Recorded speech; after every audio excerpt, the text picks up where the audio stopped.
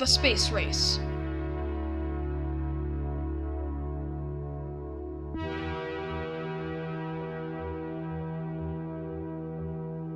A historic time for the world in the advancement of technology.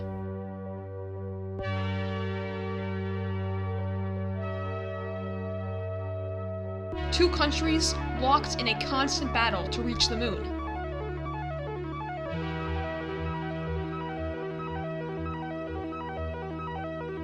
How did it start? Who made it there first? And more. This is the space race.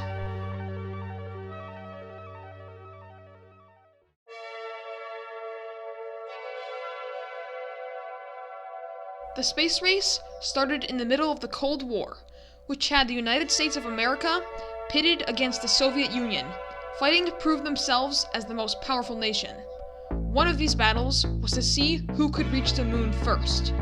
Both countries created space agencies and began to work on satellites that would be sent to a galaxy far, far away. Well, not really. These satellites would be sent out of the atmosphere to study the environment of outer space. Several years passed until eventually, history was made. To describe, History.com states, on October 4th, 1957, a Soviet R-7 intercontinental ballistic missile launched Sputnik, Russian for Traveler, the world's first artificial satellite and the first man-made object to be placed in the Earth's orbit. The Soviet Union became the first country to bring an object into outer space, and marked the first major event in the space race. Sputnik 1 would forever be remembered in history as the beginning of modern space exploration. The USSR was in the lead, but they did not realize how greatly that achievement would increase the United States' desire to top them. To define, History.com notes, in the United States, space was seen as the next frontier, a logical extension of the grand American tradition of exploration, and it was crucial not to lose too much ground to the Soviets. Since the founding citizens of the United States had explored their country, they strongly felt outer space was theirs for the taking first. Of course, no country can legitimately claim areas of space, but the US was determined to bring their adventurous custom to space. This event, combined with the Soviet Union being the first country to travel to space, caused the United States to move their complete focus to the space race. They began to work on projects that would allow them to pave their way ahead of the USSR and into the history books. All in all, the beginning of the space race was an abrupt and exciting advancement into the future, and both of the rival countries would continue the battle to the moon.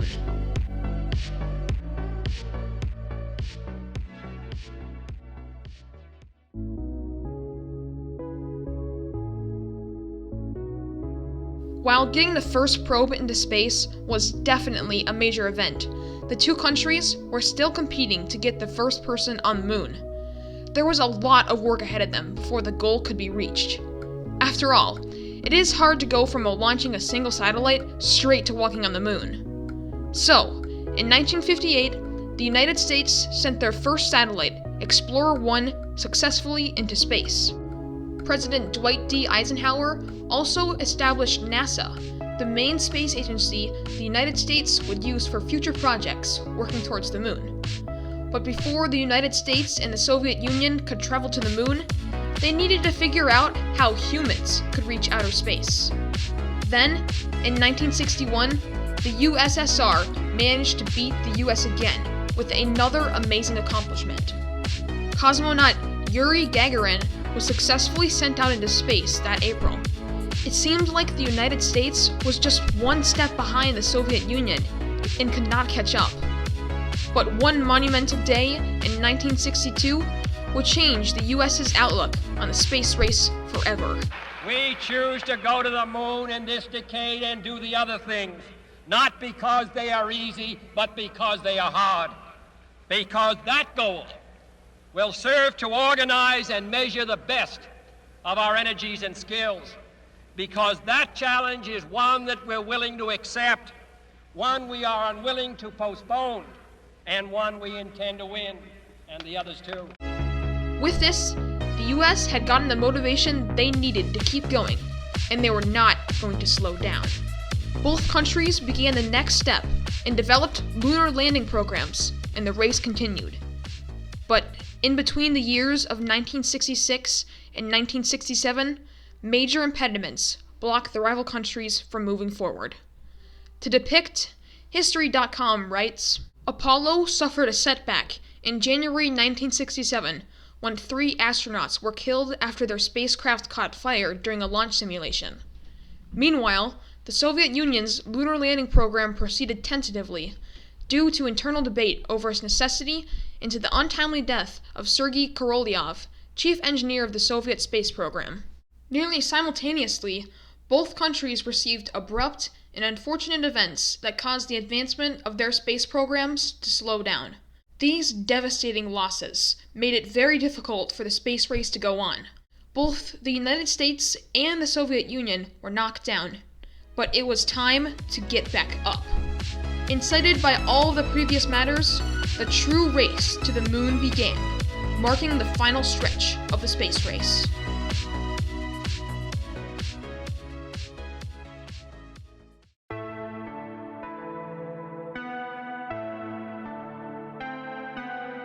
It was time for the most important part of the space race, the one that the USSR and the US had been fighting for.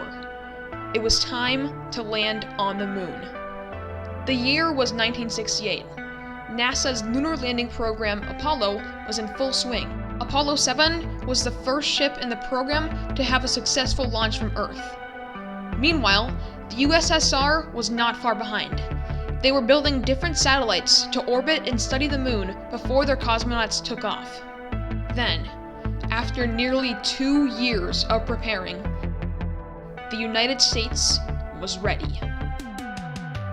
On July 16, 1969, the 3 astronauts of Apollo 11 left Earth's atmosphere and began their 4-day journey to the moon.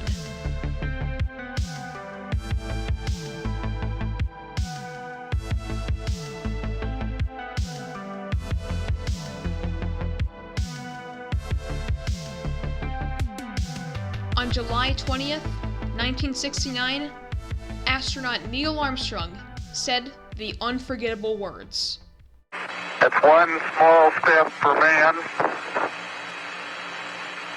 one giant leap for mankind. And with those famous words, the space race was over.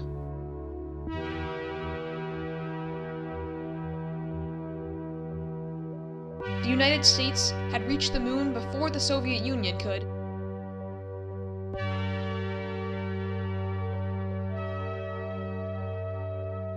And was forever set in history as the first country to leave the planet and make it to the moon.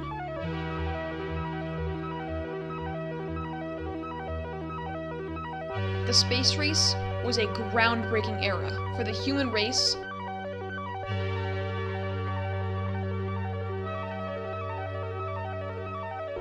Each country was able to accomplish feats that no others had done before them.